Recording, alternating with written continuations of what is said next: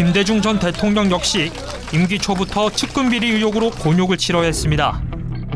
검찰총장 부인이 재벌 회장 부인으로부터 고급 옷을 받았다는 이른바 온로비 의혹이 제기된 겁니다. 제가 상황이 생생합니다. 저도 전 정책 비서실이 있었지만은 민정이나 정무 쪽 오고 가면서 계속 논의했던 것 같아요. 매일 이게 사과를 해야 되느냐 사과해야 되느냐 말 사안이냐. 온로비 의혹이 불거졌을 당시 해외 순방 중이었던 김대중 전 대통령. 대통령이 한국에 도착하자마자 해결책으로 꺼내든 건 국민들을 향한 빠른 사과였습니다. 심려를 끼친 데 대해서 굉장히 죄송하게 생각을 합니다. 김대중 대통령이 그렇게 통크 오랜 생사 고비를 넘겨 왔지만 의외로 소심하고 아주 세심하고 겁이 많은 사람입니다. 그럼 민심이 처음으로 불불 끓어오니까 김대중 대통령이 너무 막 겁이 나고, 예. 그래서 그냥 앞뒤 재지 않고 그냥 고개를 사정없이 숙인 거죠. 그래서 그 덕분에 1년 반 만에 진짜 그 고개를 팍 숙었기 때문에 지지도 내려가고 애도 먹었지만 금방 다시 회복했잖아요. 국정 다시 동력 되찾았습니다.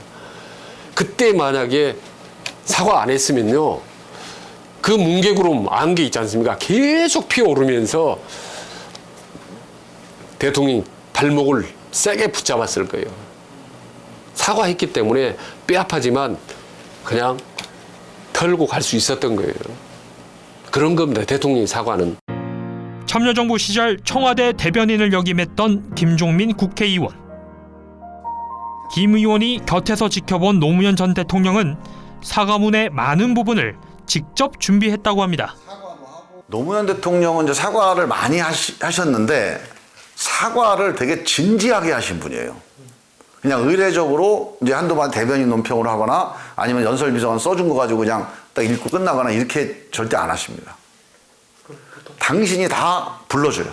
불러준 거를 정리해서 하기보다는 당신이 메모를 해서 직접 얘기를 하시는 경우가 많습니다. 왜냐하면 실제로 당신 마음속에 있는 솔직한 마음을 전달해야 된다. 이게 되게 강해요, 이분은. 임기 5년 동안 친인척 비리 혐의, 불법 대선 자금 혐의 등 수차례 위기를 맞았던 노무현 전 대통령.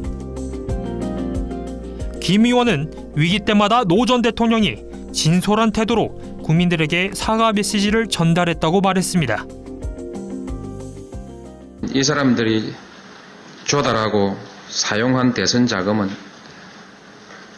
그들이 한 것이라기보다는 저의 손발로서 한 것입니다. 법적인 처벌은 그 사람들이 받되 정치적 비난은 저에게 해주시기 바랍니다. 근데 그거를 사과해서 구체적으로 이건 내 책임이다. 나를 위해서 한 거고 내가 자세한 내용을 알든 몰랐던 이건 전적으로 내가 책임져야 되는 문제인데 대신 저 사람들이 책임지는 거다. 이렇게 아주 직설적으로 얘기를 하거든요. 그 당시에는 논란이 되게 많았습니다. 대통령도 뭐 나중에 수사 받아야 되는 거 아니냐, 이러고 자꾸 공격 소재도 되고 했는데, 제가 기억으로 제일 솔직하게 그래도 이게 좀 대통령이 진짜 저 정도까지 얘기하는구나라고 느꼈던 것은 노무현 정권 때라고 봐요.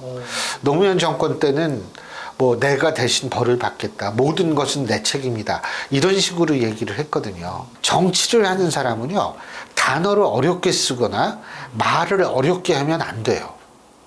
그건 아주 굉장히 단점이에요. 예? 그러니까 쉬운 말을 통해서 자신의 얘기를 해야지 이게 전달력이 높아지는 거예요.